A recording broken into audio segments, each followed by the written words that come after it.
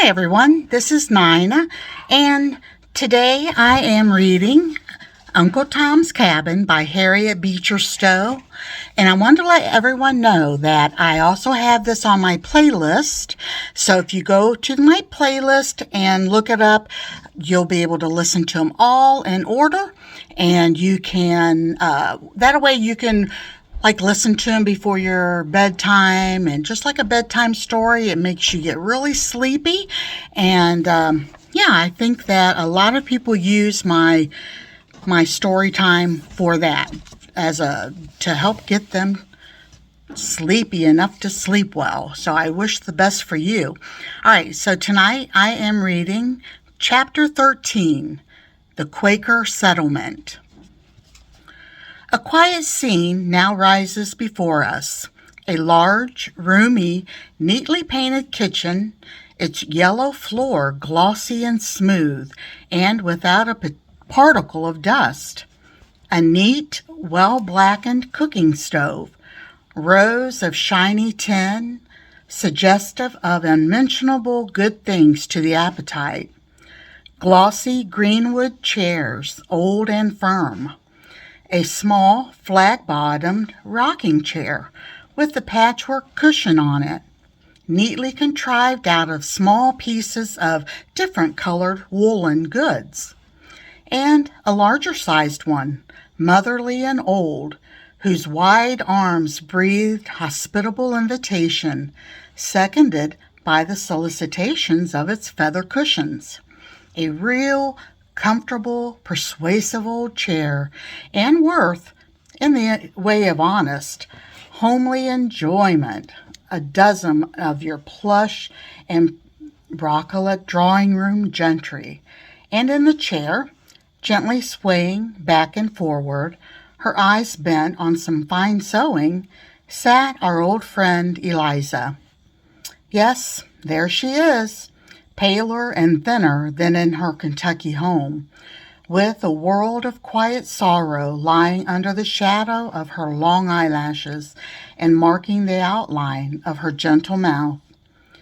It was plain to see how old and firm the girlish heart was grown under the discipline of heavy sorrow, and when anon her large dark eye was raised to follow the gambols of her little Harry, who was sporting, like some tropical butterfly, hither and thither over the floor, she showed a depth of firmness and steady resolve that was never there in her earlier and happier days.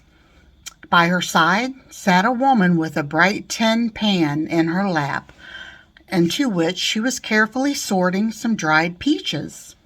She might be 55 or 56, but hers was one of those faces that time seems to touch only to brighten and adorn. The snowy lisp crape cap, made under the straight Quaker pattern, the plain white muslin handkerchief lying in placid folds across her bosom, the drab shawl and dress, showed at once the community to which she belonged. Her face was round and rosy, with a healthful, downy softness suggestive of a ripe peach. Her hair, partially silvered by age, was parted smoothly back from a high, placid forehead, on which time had written no instruction except "Peace on earth, goodwill to men," and beneath shone a large pair of clear, honest, loving brown eyes. You only needed to look straight into them to feel that you saw to the bottom of a heart as good and true as ever throbbed in a woman's bosom. So much has been said and sung of beautiful young girls. Why don't somebody wake up to the beauty of old women? If any want to get up an inspiration under this head, we refer them to our good friend Rachel Halliday. Just as she sits there in her little rocking chair, it had a turn for quacking and squeaking, that chair had, either from having taken cold in early life, or from some asthmatic affection, or perhaps from nervous derangement. But as she gently swung backward and forward, The chair kept up a kind of subdued, creachy-crotchy that would have been intolerable in any other chair. But old Simeon Halliday often declared it was as good as any music to him. And the children all avowed that they wouldn't miss of hearing Mother's chair for anything in the world. For why?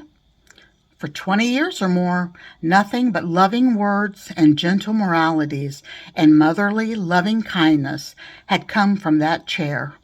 Headaches and heartaches innumerable had been cured there. Difficulties, spiritual and temporal, resolved there. All by one good, loving woman. God bless her. And so thee still thinks of going to Canada, Eliza, she said, as she was quietly looking over her peaches. Yes, ma'am, said Eliza firmly. I must go onward. I dare not stop. And what'll thee do when thee gets there? Thee must think about that, my daughter. My daughter came naturally from the lips of Rachel Halliday, for hers was just the face and form that made mother seem the most natural word in the world. Eliza's hands trembled and some tears fell on her fine work, but she answered firmly, I shall do anything I can find. I hope I can find something. Thee knows thee can stay here as long as thee pleases, said Rachel. Oh, thank you, said Eliza, but, she pointed to Harry, I can't sleep nights. I can't rest. Last night I dreamed I saw that man coming up into the yard, she said, shuddering. Poor child, said Rachel, wiping her eyes, but thee mustn't feel so. The Lord hath ordered it so, that never hath a fugitive been stolen from our village. I trust thee. Thine will not be the first. The door opened, and a little short, round, pincushiony woman stood at the door with a cheery, blooming face like a ripe apple. She was dressed like Rachel in somber gray, with the muslin folded neatly across her round, plump little chest. Ruth Stedman, said Rachel, coming joyfully forward. How is thee, Ruth? She said, heartily taking both her hands. Nicely, said Ruth, taking off her little drab bonnet and dusting it with her handkerchief, displaying, as she did so, a round little head on which the Quaker cap sat with a sort of jaunty air, despite all the stroking and patting of the small fat hands which were busily applied to arranging it. Certain stray locks of decidedly curly hair had escaped here and there, and had to be coaxed and conjured back into their place again. And then the newcomer, who might have been 25, looked from the small looking-glass before which she had been making these arrangements, and looked well pleased, as most people who looked at her might have been, for she was decidedly a wholesome, whole-hearted, chirping little woman, as ever gladdened man's hearts withal. Ruth, this friend is Eliza Harris, and this is the little boy I told thee of. I am glad to see thee, Eliza. Very, said Ruth, shaking hands as if Eliza were an old friend she had long been expecting. And this is thy dear boy. I brought a cake for him, she said, holding out a little heart to the boy, who came up, gazing through his curls, and accepted it shyly. Where's the baby, Ruth? Said Rachel. Oh, he's coming, but thy Mary caught him as I came in and ran off with him to the barn to show him to the children. At that moment the door opened, and Mary, honest, rosy-looking girl, with large brown eyes like her mother's, came in with the baby. Ah, said Rachel, coming up, taking the great white fat fellow in her arms. How good he looks! Oh, how he does grow! "To be sure he does," said little bustling Ruth as she took the child and began taking off the little blue silk hood and various layers and wrappers of outer garments, and having given a twitch here and a pull there, and variously adjusted and arranged him, and kissed him heartily, she sat him on the floor to collect his thoughts. Baby seemed quite used to this mode of proceeding, for he put his thumb in his mouth, as if it were quite a thing, of course, and seemed soon absorbed in his own reflections, while the mother seated herself, and taking out a long stocking of mixed blue and white yarn, began to knit with briskness. "Mary, they'd better fill the kettle, hadn't they?" gently suggested the mother. Mary took the kettle to the well, and, soon reappearing, placed it over the stove, where it was soon purring and steaming, a sort of censer of hospitality and good cheer. The peaches, moreover, in abundance, to a few gentle whispers from Rachel, were soon deposited by the same hand in a stewpan over the fire.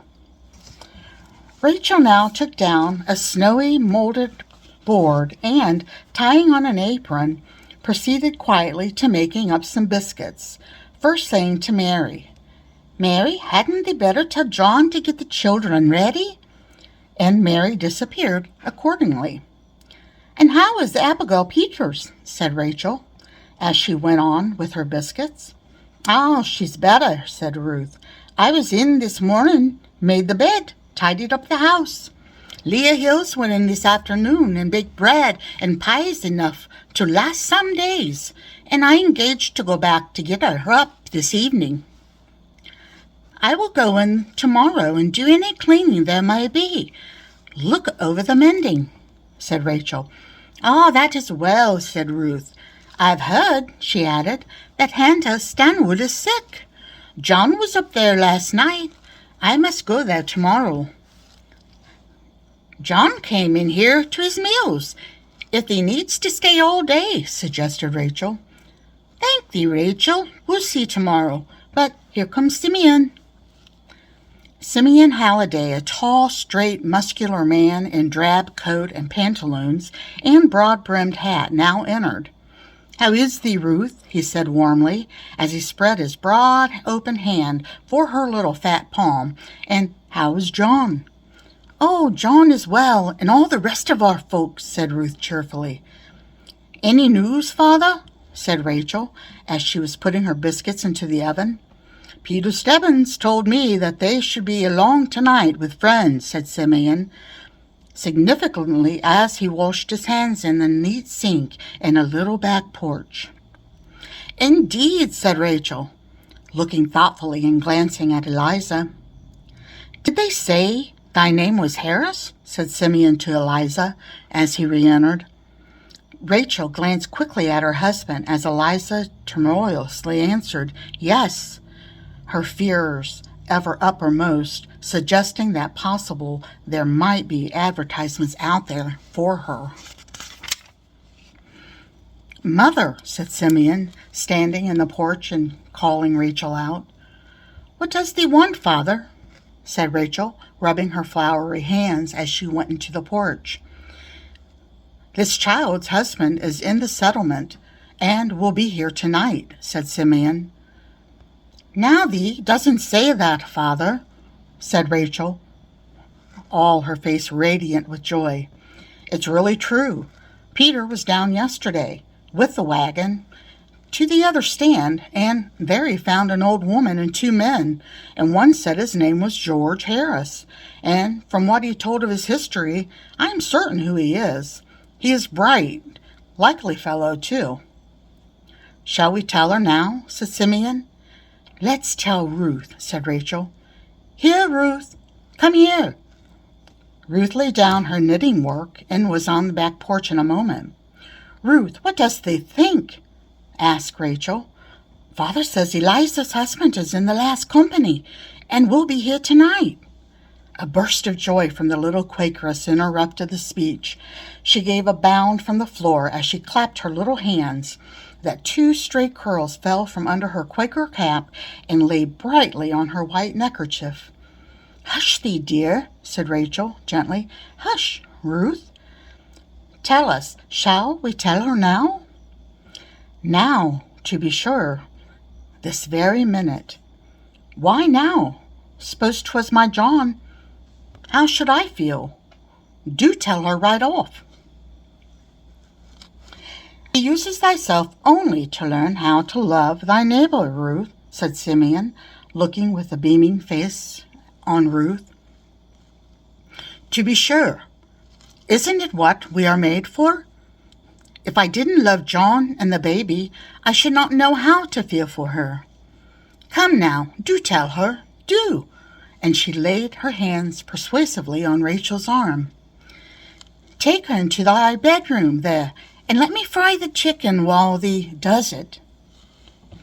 Rachel came out into the kitchen where Eliza was sewing, and opening the door of the small bedroom, said gently, Come in here with me, my daughter. I have news to tell thee.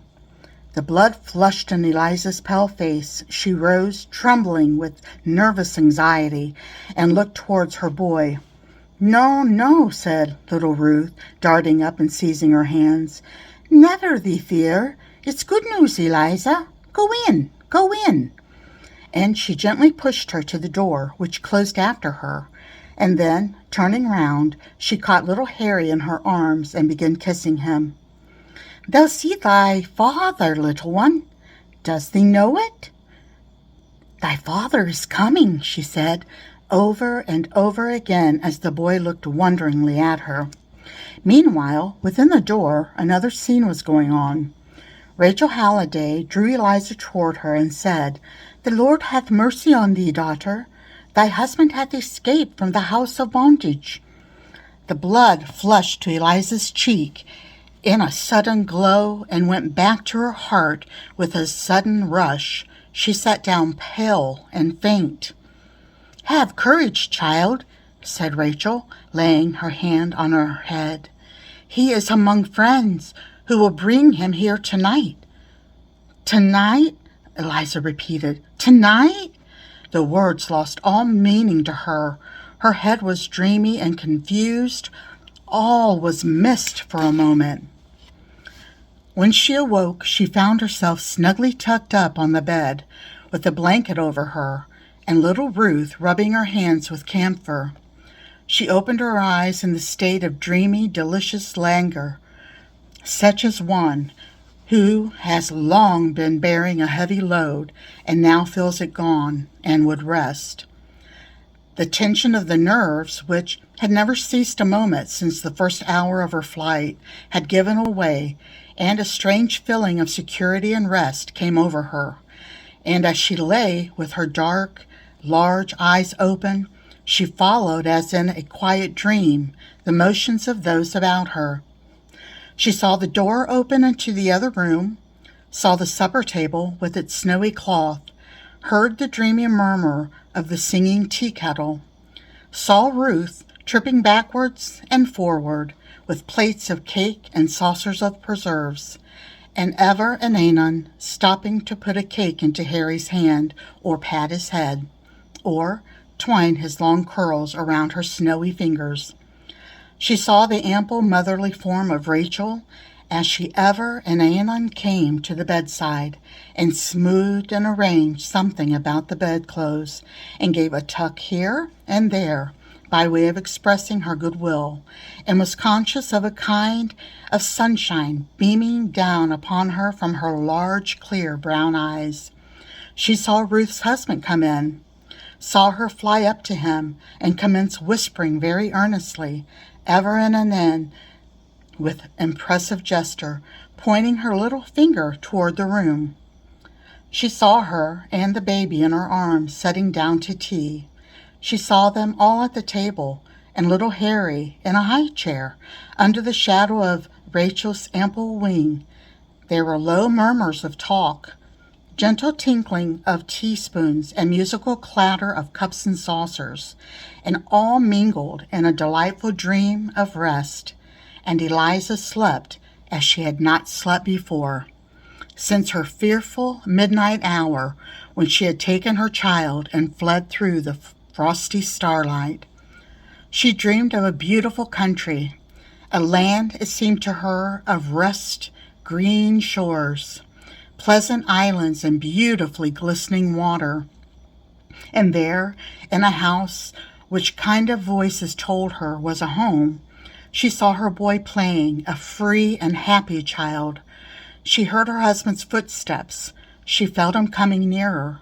His arms were around her, his tears falling on her face, and she awoke. It was no dream. The daylight had long faded. Her child lay calmly sleeping by her side. A candle was burning dimly on the stand, and her husband was sobbing by her pillow. The next morning was a cheerful one at the Quaker house. Mother was up betimes and surrounded by busy girls and boys whom had scarce time to introduce to our readers yesterday, and who all moved obediently to Rachel's gentle, "Thee had better," or more gentle, "Hadn't thee better?" in the work of getting breakfast. For a breakfast in the luxurious valleys of Indiana is a thing complicated and multiform, and like picking up the rose leaves and trimming the bushes in paradise, asking other hands than those of the original mother. While, therefore, John ran to the spring for fresh water, and Simeon the second sifted meal for corn cakes, and Mary ground coffee. Rachel moved gently and quietly about, making biscuits, cutting up chicken, and diffusing a sort of sunny radiance over the whole proceeding generally. If there was any danger of friction or collision from the ill-regulated zeal of so many young operators, her gentle "Come, come," or "I wouldn't now," was quite sufficient to allay the difficulty.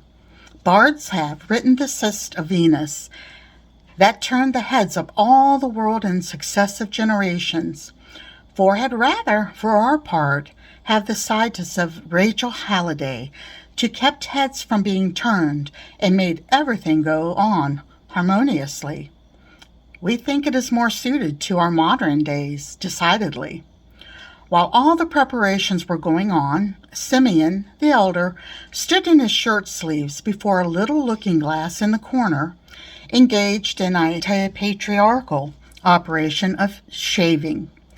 Everything went on so sociably, so quietly, so harmoniously in the great kitchen. It seemed so pleasant to everyone to do just what they were doing. There was such an atmosphere of mutual confidence and good fellowship everywhere. Even the knives and fork had a social clatter as they went on to the table, and the chicken and ham had a cheerful and joyous fizzle in the pan, as if they rather enjoyed being cooked than otherwise. And when George and Eliza and little Harry came out, they met such a hearty, rejoicing welcome, no wonder it seemed to them like a dream. At last they were all seated at breakfast, while Mary stood at the stove, baking griddle cakes, which, as they gained the true, exact, golden brown tint of perfection, were transferred quite handedly to the table. Rachel never looked so truly and benignly happy as the head of her table. There was so much motherling and full-heartedness even in the way she passed a plate of cakes or poured a cup of coffee, that it seemed to put a spirit into the food and drink she offered. It was the first time that ever George had sat down on equal terms at any white man's table, and he sat down at first with some constraint and awkwardness. But they all exhaled and went off like fog in the gentle morning's rays of this simple, overflowing kindness. This indeed was a home. Home, a word that George had never yet known a meaning for, and a belief in God and trust in His providence began to encircle his heart, as with a golden cloud of protection and confidence, dark, misanthropining, doubt, and fierce despair melted away before the light of a living gospel, breathed in living faces, preached by 1,000 unconscious acts of love and goodwill. which the like of the cup of cold water given in the name of a disciple shall never lose their reward. Father, what if thee should get found out again? Said Simeon second as he buttered his cake. I shall pay my fine, said Simeon quietly. But what if they put thee in prison? Couldn't thee and mother manage the farm? Said Simeon, smiling. Mother can do most everything, said the boy. But isn't it a shame to make such laws? Thee mustn't speak evil of thy rulers, Simeon, said his father gravely. The Lord only gives us our worldly goods that we may do justice and mercy. If our rulers require a price of us for it, we must deliver it up. Well, I hate those old slave holders, said the boy, who felt as unchristian as become any modern reformer. I am surprised at thee, son, said Simeon. Thy mother never taught thee so. I would do even the same for the slaveholder as for the slave, if the Lord brought him to my door in affliction. Simeon secondly blushed scarlet, but his mother only smiled and said, Simeon is my good boy. He will grow older, by, and then he will be like his father. I hope, my good sir, that you were not exposed to any difficulty on my account, said George anxiously. Fear not, George, for therefore we are sent into the world. If we would not meet trouble for a good cause, we are not worthy of our name. But for me, said George, I could not bear it. Fear not then, friend George. It is not for thee, but for God and man we do it, said Simeon. And now thou must lie by quietly this day, and tonight at 10 o'clock, Phineas Fletcher will carry thee onward to the next stand, thee and the rest of thy company. The pursuers are hard after thee. We must not delay. If that is the case, why wait till evening? Said George. Thou art safe by daylight, for everyone in the settlement is a friend, and all are watching. Moreover, it is safer to travel by night. Thank you so much for taking the time and listening to me read. Next week, we will start chapter 14.